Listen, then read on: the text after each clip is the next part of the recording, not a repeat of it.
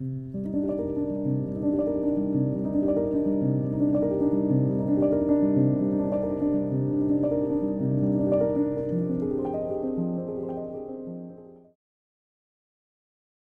this week's soundbite, I want to talk about the secondary market for phono cartridges. Often, in order to save a good chunk of money, audiophiles will look for their cartridge of their choice on the used market. And while this certainly can save you a lot of money, I have seen that it comes with a significant risk. And how do I know this? Well, because we see a lot of these cartridges being sent to us for analysis here at WAM Engineering. If you've been following what we've been writing about and making videos about related to our analysis service for cartridges in our lab, about 1 in 8 cartridges that we see don't even meet manufacturer specifications.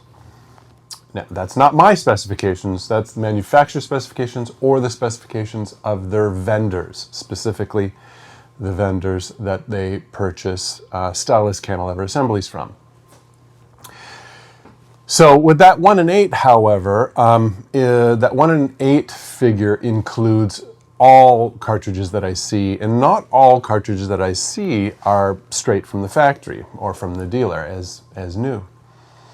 A good chunk of them, I would say 30% of cartridges I see are used, purchased on the secondary market, maybe less than 30%. I'd say that's about right. However, the cartridges that we see that were purchased on the secondary market represent a disproportionately heavy amount of cartridges that don't meet manufacturer specification. And I have a couple thoughts on this, because there's a couple ways that any particular cartridge could find its way on the secondary market and not be within manufacturer specs.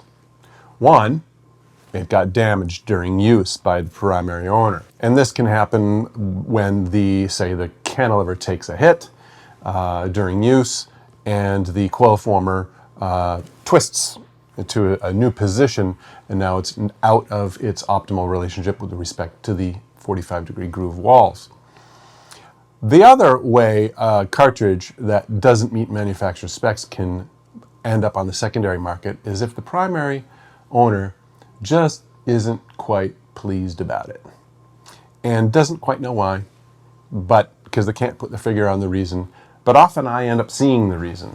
For example, just last week I got a cartridge that was sent to me that had advertised for less than 50 hours. It had over 20 degrees of zenith error on it. This is a $14,000 cartridge, by the way. 20 degrees that's 15 degrees past the manufacturer limits. And while this wouldn't necessarily make the cartridge sound bad, it would significantly deteriorate the performance, so that somebody who's expecting what they should expect when they get a cartridge that expensive finds that it just doesn't satisfy. It doesn't deliver the level of clarity and focus and sense of realism and separation of instruments that it otherwise should have. The other thing I will often see is stylus wear. And the fact that it's worn more than the owner thought isn't necessarily because the owner was being malicious or deceitful. It can be surprising. Sometimes there are some conditions that can cause styluses to wear really fast or really slow. These are just a couple examples of things that I see commonly from cartridges that have come to me having been purchased on the secondary market. I have a suggestion for people that do want to buy a cartridge on the secondary market, is try to come to an agreement with the seller that the cartridge would be sent to somebody competent who can verify the condition of the cartridge first before the sale is fully completed. This has been done.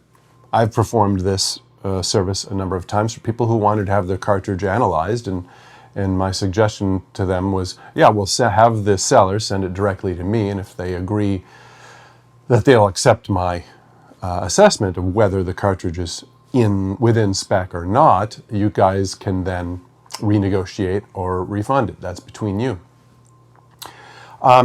I realize, however, that the fees that we charge for our laboratory services won't be within the budget of everybody, so you could go to somebody like Joseph Long at the Groove Tickler, who does a wonderful job of retipping and is somebody who I have come to have some good respect for. So just be really careful about buying cartridges on the secondary market. You have to remember that the cartridges are extraordinarily sensitive, and it's not terribly difficult to knock them out of alignment, knock them out of specification, and even slowly over time deteriorate the performance. So consider using a third party to verify your purchase. So there's this week's Sound Bites. See you next week.